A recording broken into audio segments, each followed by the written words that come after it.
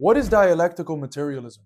To put it briefly, it is the philosophy of Marxism, the worldview that animates how we understand and know the world.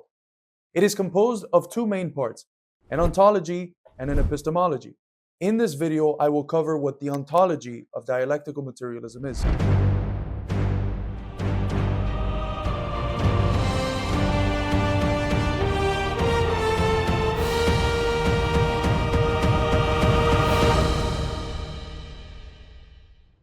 The ontology of dialectical materialism refers to the objective claims the worldview makes about the world. In other words, the way in which Marxism thinks the world objectively operates.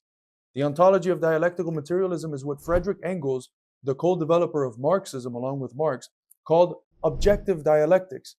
Ontologically, dialectical materialism holds that everything is in a constant state of flux, of change, propelled by internal contradictions, interconnected to everything around it, and existing in ever-evolving totalities or wholes. This basic framework was already present in the work of Heraclitus, the ancient Greek philosopher, and in the 19th century in the work of G.W.F. Hegel, who said that there was no proposition of Heraclitus that he did not include in his logic. It composes the most basic and, in that sense, abstract propositions that the dialectical worldview makes about the world. With Hegel, and later with Marx and Engels, the notion that the world is in constant flux is concretized, meaning it is more determinate and refined. It develops. This is done through the understanding of what Engels called the laws of the dialectics, which for Hegel were simply various moments in the development of the concept in his logic. For Lenin, the most fundamental of these laws was the law of universal contradiction, also called the law of the unity and struggle of opposites.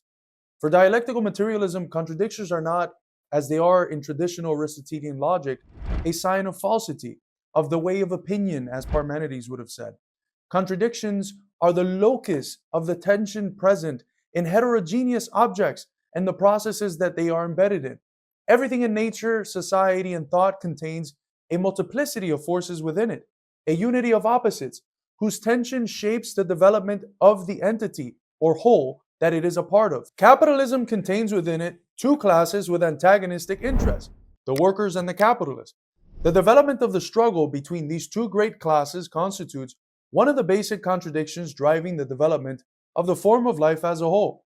Both of these classes, while engaged in a ruthless struggle, are nonetheless united within the same system and are not only interdependent, but mutually constitutive.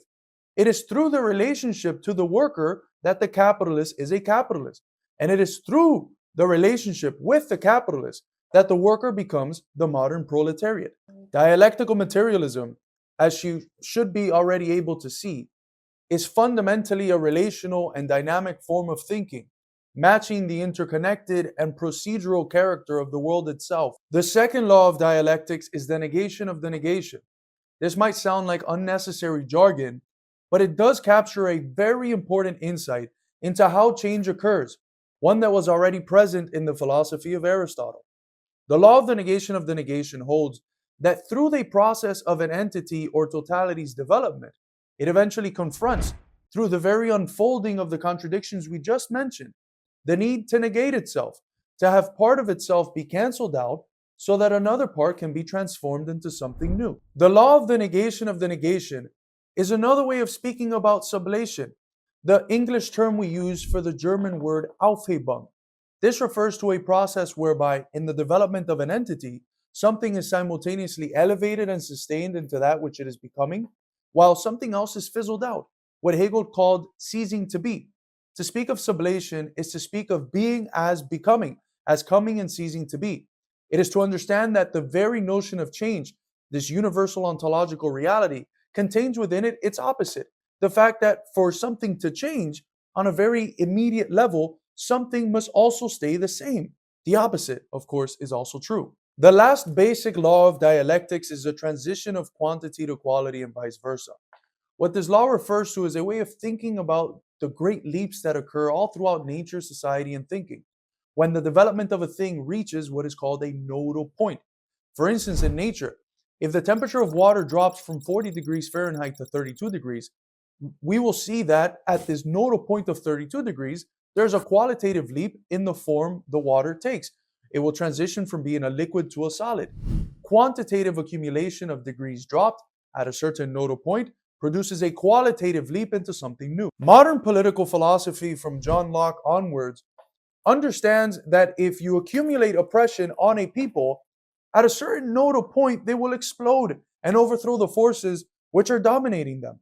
Quantitative accumulation, again, at a certain nodal point, produces a qualitative leap, a new situation with its own process of quantitative accumulation, based on the new arrangement of forces and contradictions. The basic principles of the ontology of dialectical materialism, as well as its three basic laws, are precisely just that, the most basic and therefore abstract components of the worldview.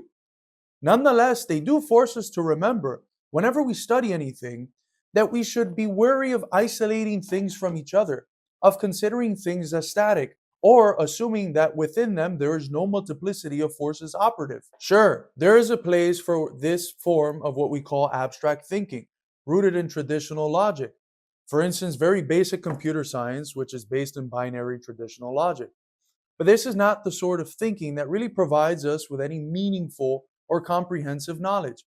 When it is operative, it merely gives us datums of information that only later can be incorporated into a more dialectical analysis and hence made meaningful. With this, I conclude this very basic sketch of the ontology at the foundation of dialectical materialism.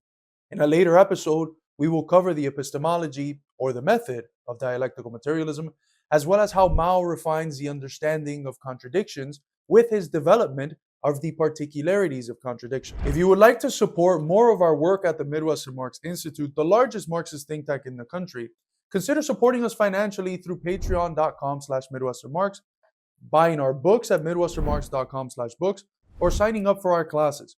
You can also support us by following us in our various social medias and sharing the content we put out, just like this video. If you would like to follow my work personally, here are some places you can find me at.